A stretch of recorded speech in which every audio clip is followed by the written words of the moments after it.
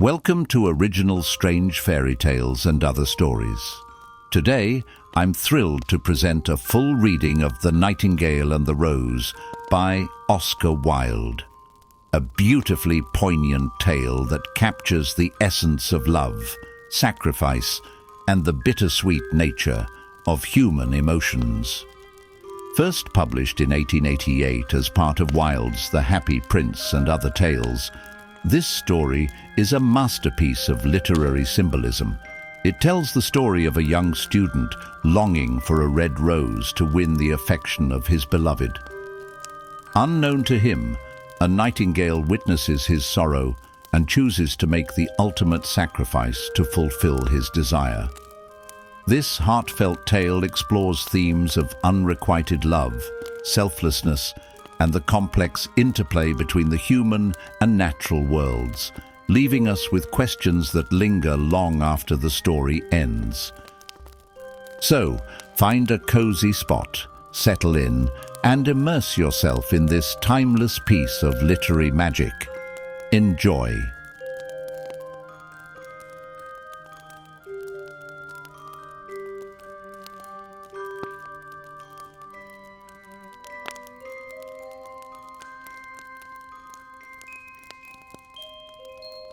"She said that she would dance with me if I brought her red roses," cried the young student. "But in all my garden there is no red rose." From her nest in the holm oak tree, the nightingale heard him, and she looked out through the leaves and wondered.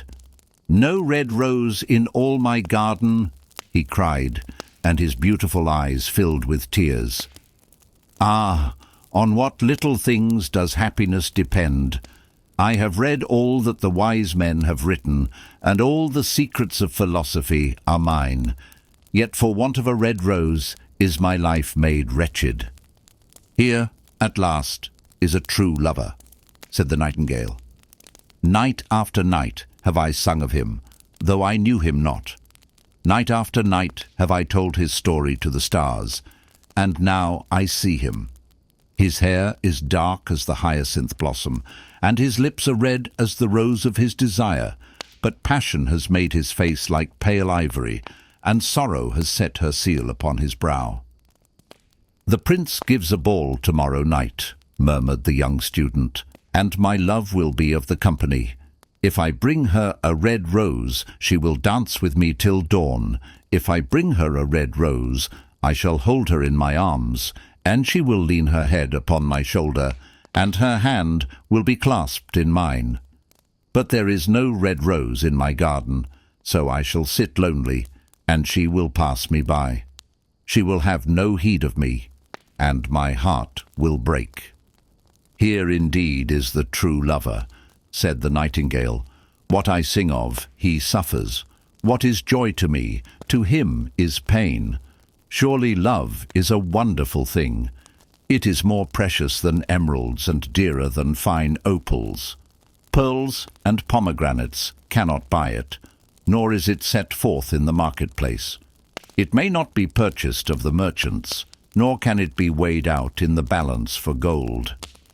"The musicians will sit in their gallery," said the young student, "and play upon their stringed instruments, and my love will dance to the sound of the harp and the violin.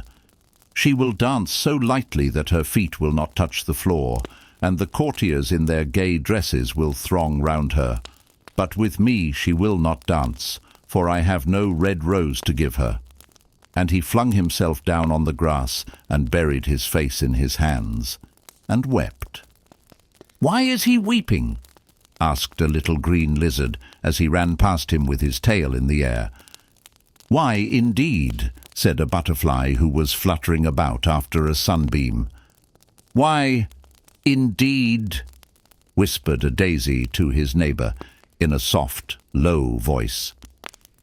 "He is weeping for a red rose," said the nightingale. "For a red rose?" they cried. "How very ridiculous!" And the little lizard, who was something of a cynic, laughed outright. But the nightingale understood the secret of the student's sorrow, and she sat silent in the oak tree and thought about the mystery of love. Suddenly she spread her brown wings for flight and soared into the air. She passed through the grove like a shadow, and like a shadow she sailed across the garden. In the center of the grass plot was standing a beautiful rose tree, and when she saw it, she flew over to it and lit upon a spray. "Give me a red rose," she cried, "and I will sing you my sweetest song." But the tree shook its head. "My roses are white," it answered, "as white as the foam of the sea, and whiter than the snow upon the mountain. But go to my brother who grows round the old sundial, and perhaps he will give you what you want." So the nightingale flew over to the rose tree that was growing round the old sundial. "Give me a red rose," she cried, "and I will sing you my sweetest song." But the tree shook its head. "My roses are yellow," it answered, "as yellow as the hair of the mermaiden who sits upon an amber throne, and yellower than the daffodil that blooms in the meadow before the mower comes with his scythe. But go to my brother who grows beneath the student's window, and perhaps he will give you what you want." So the nightingale flew over to the rose tree that was growing beneath the student's window. "Give me a red rose," she cried, "and I will sing you my sweetest song." But the tree shook its head. "My roses are red," it answered, "as red as the feet of the dove, and redder than the great fans of coral that wave and wave in the ocean cavern. But the winter has chilled my veins, and the frost has nipped my buds, and the storm has broken my branches, and I shall have no roses at all this year." "One red rose is all I want," cried the nightingale. "Only one red rose. Is there no way by which I can get it?" "There is a way," answered the tree, "but it is so terrible that I dare not tell it to you." "Tell it to me," said the nightingale. "I am not afraid." "If you want a red rose," said the tree, "you must build it out of music by moonlight, and stain it with your own heart's blood. You must sing to me with your breast against a thorn. All night long you must sing to me, and the thorn must pierce your heart, and your lifeblood must flow into my veins and become mine." "Death is a great price to pay for a red rose," cried the nightingale, "and life is very dear to all. It is pleasant to sit in the green wood, and to watch the sun in his chariot of gold, and the moon in her chariot of pearl. Sweet is the scent of the hawthorn, and sweet are the bluebells that hide in the valley, and the heather that blows on the hill. Yet love is better than life. And what is the heart of a bird compared to the heart of a man?" So she spread her brown wings for flight and soared into the air.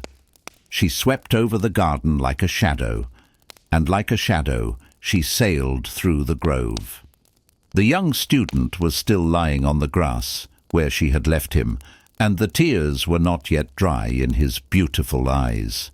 "Be happy," cried the nightingale. "Be happy. You shall have your red rose. I will build it out of music by moonlight, and stain it with my own heart's blood. All that I ask of you in return is that you will be a true lover. For love is wiser than philosophy, though she is wise, and mightier than power, though he is mighty.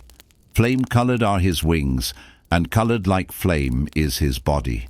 His lips are sweet as honey, and his breath is like frankincense." The student looked up from the grass and listened, but he could not understand what the nightingale was saying to him, for he only knew the things that are written down in books.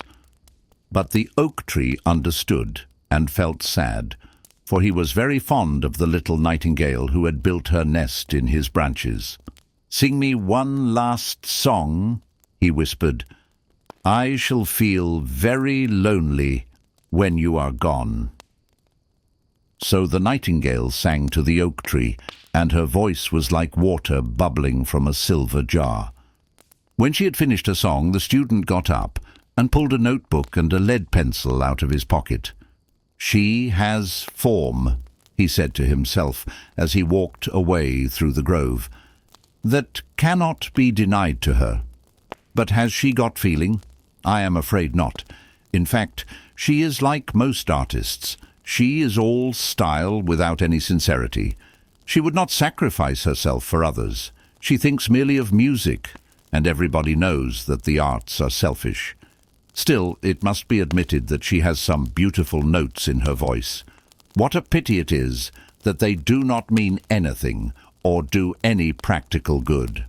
And he went into his room and lay down on his little pallet bed and began to think of his love, and after a time he fell asleep. And when the moon shone in the heavens, the nightingale flew to the rose tree and set her breast against the thorn. All night long she sang with her breast against the thorn, and the cold crystal moon leaned down and listened.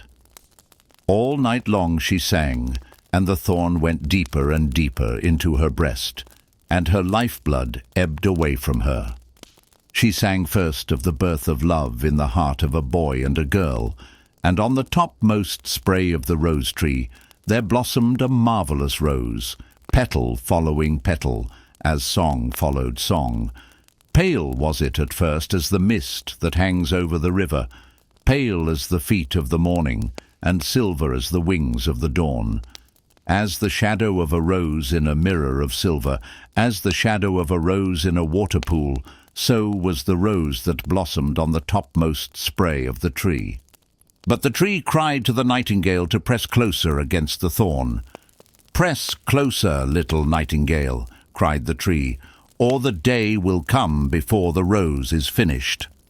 So the nightingale pressed closer against the thorn, and louder grew her song, for she sang of the birth of passion in the soul of a man and a maid. And a delicate flush of pink came into the leaves of the rose, like the flush in the face of the bridegroom when he kisses the lips of the bride. But the thorn had not yet reached her heart, so the rose's heart remained white, for only a nightingale's heart's blood can crimson the heart of a rose. And the tree cried to the nightingale to press closer against the thorn. "Press closer, little nightingale," cried the tree, "or the day will come before the rose is finished." So the nightingale pressed closer against the thorn, and the thorn touched her heart, and a fierce pang of pain shot through her. Bitter, bitter was the pain, and wilder grew her song, for she sang of the love that is perfected by death, of the love that dies not in the tomb. And the marvelous rose became crimson, like the rose of the eastern sky. Crimson was the girdle of petals, and crimson as a ruby was the heart.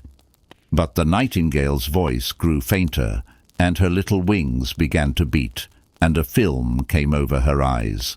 Fainter and fainter grew her song, and she felt something choking her in her throat. Then she gave one last burst of music. The white moon heard it, and she forgot the dawn, and lingered on in the sky. The red rose heard it, and it trembled all over with ecstasy, and opened its petals to the cold morning air. Echo bore it to her purple cavern in the hills, and woke the sleeping shepherds from their dreams. It floated through the reeds of the river, and they carried its message to the sea. "Look, look!" cried the tree. "The rose is finished now." But the nightingale made no answer, for she was lying dead in the long grass, with the thorn in her heart. And at noon the student opened his window and looked out. "Why, what a wonderful piece of luck!" he cried. "Here is a red rose. I have never seen any rose like it in all my life. It is so beautiful that I am sure it has a long Latin name." And he leaned down and plucked it. Then he put on his hat and ran up to the professor's house with the rose in his hand. The daughter of the professor was sitting in the doorway, winding blue silk on a reel, and her little dog was lying at her feet. "You said that you would dance with me if I brought you a red rose," cried the student. "Here is the reddest rose in all the world. You will wear it tonight next your heart, and as we dance together, it will tell you how I love you." But the girl frowned. "I am afraid it will not go with my dress," she answered. "And besides, the Chamberlain's nephew has sent me some real jewels, and everybody knows that jewels cost far more than flowers." "Well, upon my word, you are very ungrateful," said the student angrily, and he threw the rose into the street, where it fell into the gutter, and a cartwheel went over it. "Ungrateful," said the girl. "I tell you what, you are very rude, and after all, who are you? Only a student. Why, I don't believe you have even got silver buckles to your shoes as the Chamberlain's nephew has." And she got up from her chair and went into the house. "What a silly thing love is," said the student as he walked away. "It is not half as useful as logic, for it does not prove anything, and it is always telling one of things that are not going to happen and making one believe things that are not true. In fact, it is quite unpractical, and, as in this age to be practical is everything, I shall go back to philosophy and study metaphysics." So he returned to his room and pulled out a great dusty book and began to read.